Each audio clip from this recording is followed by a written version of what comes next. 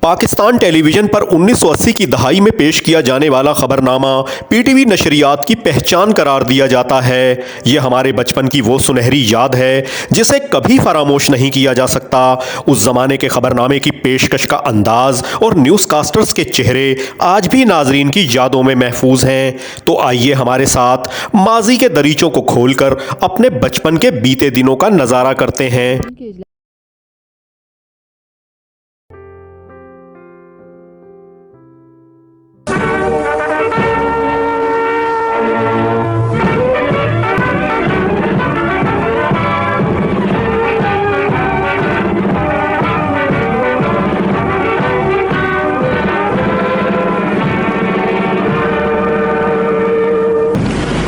بسم اللہ الرحمن الرحیم۔ السلام علیکم۔ پاکستان کی معیاری وقت کے مطابق رات کے 9 بج چکے ہیں۔ پہلے اہم خبروں کا خلاصہ۔ وزیر اعظم جناب محمد خان جنیجو نے کہا ہے کہ بھارت کے ایٹمی آبدوزیں حاصل کرنے سے علاقے میں طاقت میں عدم توازن بڑھ گیا ہے۔ پاکستان نے کہا ہے کہ وہ افغانستان میں امن قائم کرنے کے لیے وہاں وسیع تر عبوری حکومت کا قیام لازمی سمجھتا ہے۔ آج شام سینٹ نے حکومت کی تحریک پر ملک کی داخلی صورتحال پر بحث کی۔ چاروں صوبوں میں آج سے بلدیاتی انتخابات کے لیے کاغذات نامزدگی داخل کرانے کا کام شروع ہو گیا ہے۔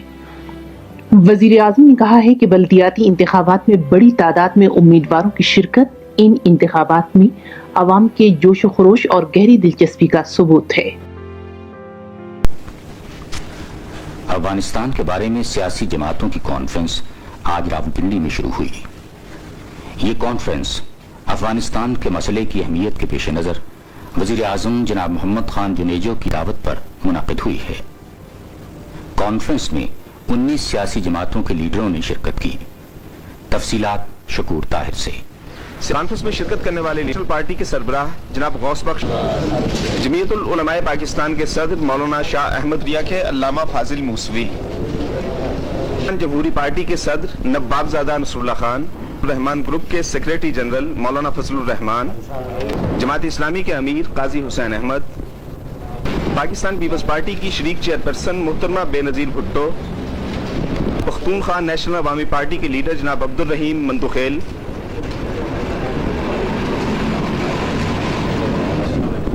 تحریک استقلال کے سربراہ retired air marshal Asghar Khan کے سیکریٹری جنرل مولانا سمیع الحق۔ سیاسی جماعتوں کی کانفرنس کے شرکاء کو افغانستان کے مسئلے کے مختلف پہلوؤں سے آگاہ کیا گیا۔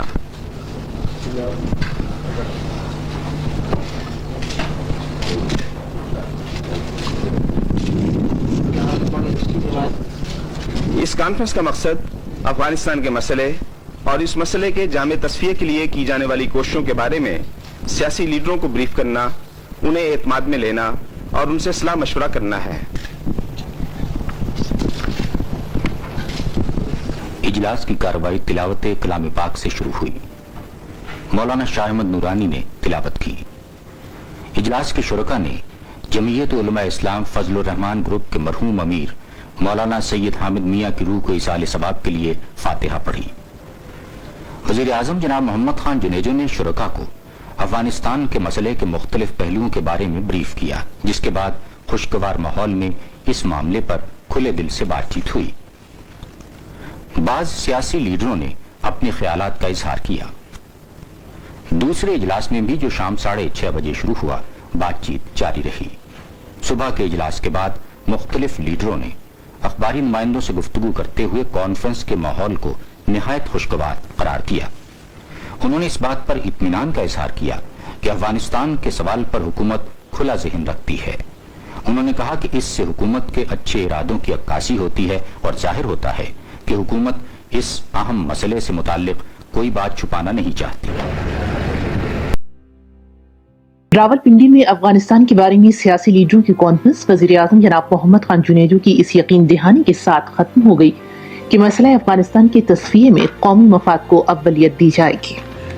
وزیر اعظم جناب محمد خان جنیجو نے کہا ہے کہ اقوام متحدہ کی جنرل اسمبلی کی طرف سے افغانستان کے بارے میں قرارداد کی بھاری اکثریت سے منظوری اس مسئلے کے بارے میں پاکستان کے اصولی موقف کی عظیم فتح ہے۔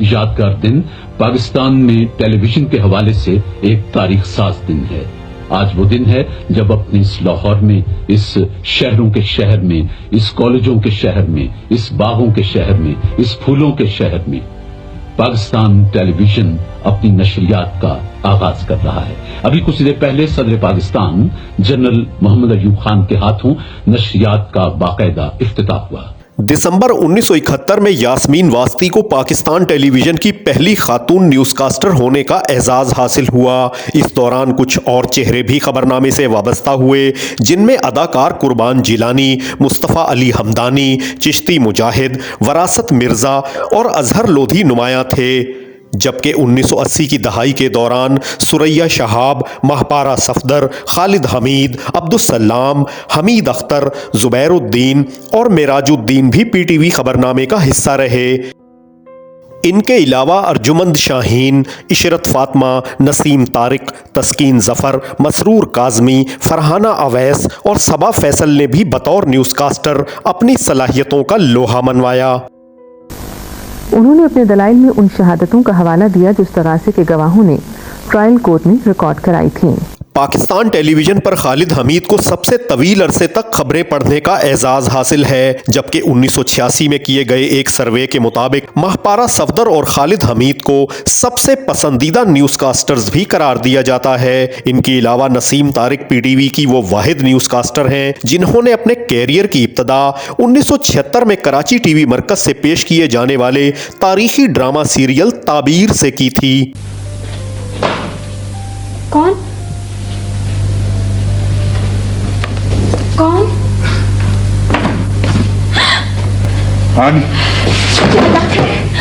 چترت،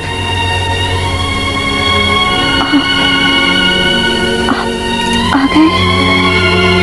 تم کیسی ہو چترت؟ آپ کو بیٹا مبارک ہو۔ بسم اللہ الرحمن الرحیم۔ السلام علیکم۔ توانائی کے شعبے کے منصوبوں کے لیے رقم کی فراہمی کی غرض سے امریکی تعاون سے 10 سے 15 کروڑ ڈالر کا ایک فنڈ قائم کیا جائے گا۔ 1990 کی دہائی کے دوران پاکستان ٹیلی ویژن کا یادگار خبرنامہ تبدیلیوں کی زد میں رہا۔ پہلے خبرنامے کے آغاز کی دھن تبدیل ہوئی، پھر نیوز روم کے بیک گراؤنڈ سیٹ کو بھی جدید انداز میں ترتیب دیا گیا، اور پھر وقت گزرنے کے ساتھ ساتھ ایک ایک کر کے سبھی پرانے چہرے بھی خبرنامے کو خیر باد کہہ گئے۔ ناظرین، اس ویڈیو کی تیاری کے لیے پاکستان ٹیلی ویژن کے پروگراموں سے استفادہ کیا گیا ہے، جس کے لیے ہم ان کے تہہ دل سے مشکور ہیں۔ ہمیں امید ہے ہماری آج کی اس کوشش نے آپ کے بچپن کی یادوں کو تازہ کر دیا ہوگا۔ آپ ہمارے چینل پر پاکستان ٹیلی ویژن کے سنہری دور سے متعلق دیگر یادگار ویڈیوز بھی ملاحظہ فرما سکتے ہیں۔ آپ سے درخواست ہے کہ ہمارے چینل کو سبسکرائب کر لیں اور اس ویڈیو کو لائک کرنا اور اپنا قیمتی تبصرہ کرنا نہ بھولیں۔ اپنا خیال رکھیں۔ آپ کا بہت شکریہ۔